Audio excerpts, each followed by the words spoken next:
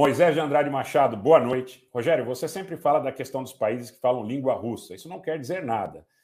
Se não houver movimento pró-Rússia na região, senão o Brasil, Angola, Moçambique teriam que ser reivindicados por Portugal. Mas eu digo isso, porque, veja, na realidade, muito obrigado pelo superchat. Na realidade, Moisés, eu digo isso por vários aspectos. Claro que o principal é político, não é? Sob o ponto de vista da reivindicação, em relação à questão aí de incorporação ao território da Federação Russa ou de algum tipo de problema maior, eu acho que a gente tem um problema muito grande também no Cazaquistão, que está sendo, de alguma forma, ignorado. Há aumento de tensão entre Rússia e Cazaquistão, inclusive, muito pouco se fala a respeito das praças, das regiões no Cazaquistão, onde existe uma minoria russa e existem sentimentos de caráter separatista. Agora, nós não podemos esquecer que os russos foram ao Cazaquistão em janeiro e socorreram o governo do Tokayev quando ele foi envolvido na perspectiva de uma nova primavera, de uma nova revolução colorida ali na região. Agora, o governo do Cazaquistão, isso por ocasião do Fórum de São Petersburgo, falou contrariamente à possibilidade de reconhecer Luhansk e Donetsk como territórios independentes. Existem rumores a respeito de indisposições e de sanções e réplicas no que diz respeito à questão do petróleo e do carvão entre o Cazaquistão e a Rússia. E o Cazaquistão tem uma posição geográfica importantíssima.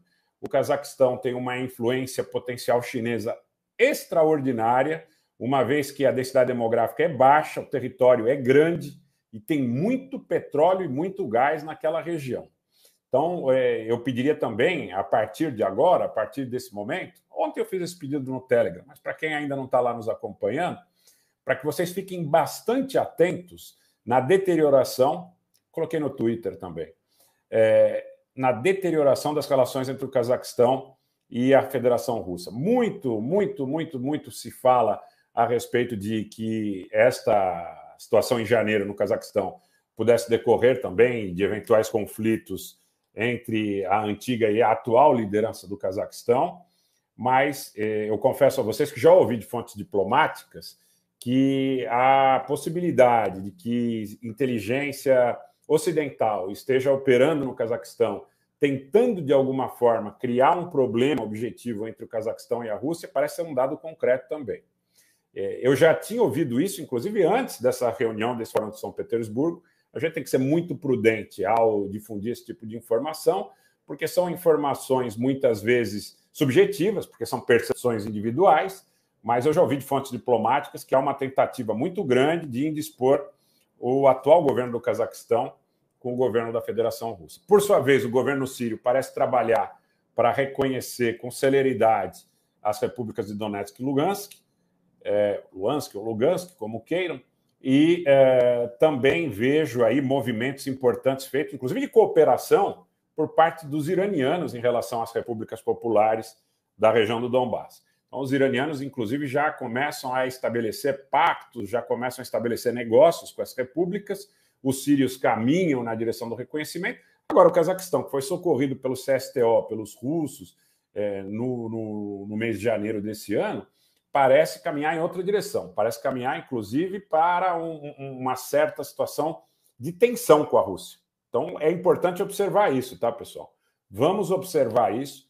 Os russos não estão brincando. Hoje eles já foram, de alguma forma, bastante, eu diria, enfáticos ao iniciarem e publicizarem o começo da operação de treinamento, mas um treinamento numa situação excepcional da frota do Mar Báltico. A frota do Mar Báltico parece que está em prontidão total de combate.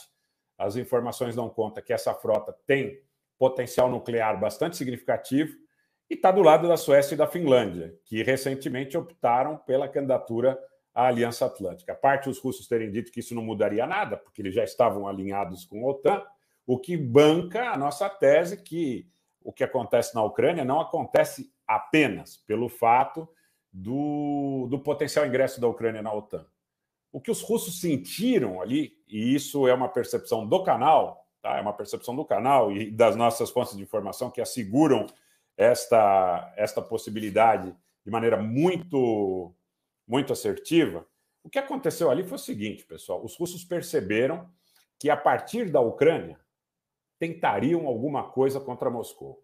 Então, esse tentar alguma coisa, desde um ataque maior à Crimeia, um ataque e uma ação maiores contra o Donbás, onde as tropas ucranianas estavam sendo concentradas, até a possibilidade de um movimento de desestabilização contra o governo do Putin, cujo movimento principal, movimento fundamental, partiria das organizações e da logística e de todo o amparo do equipamento de inteligência e de segurança de Kiev.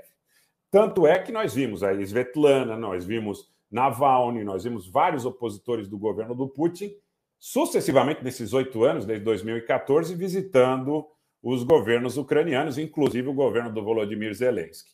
Eu acredito fundamentalmente nisso. Muita gente diz, não, foi porque a Ucrânia estava em vias de ingressar na OTAN. Gente, entrar na OTAN não é de uma hora para outra. E, na realidade, essa questão da entrada na OTAN, sob o ponto de vista do guarda-chuva nuclear, pode ser considerado de maior relevo. Agora, eles estavam recebendo armamento todo dia, da Grã-Bretanha, dos Estados Unidos, estavam recebendo armamento todos os dias. Então, eu não creio que a coisa tenha ocorrido em razão da potencial entrada da Ucrânia na OTAN.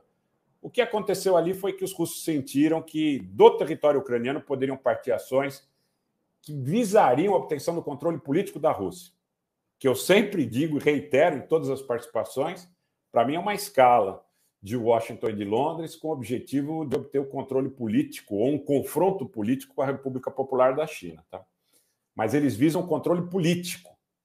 Esse conflito na Ucrânia nada mais, nada menos do que a possibilidade de nós observarmos a tentativa da OTAN, da União Europeia e desses poderes em obter o controle político da Rússia.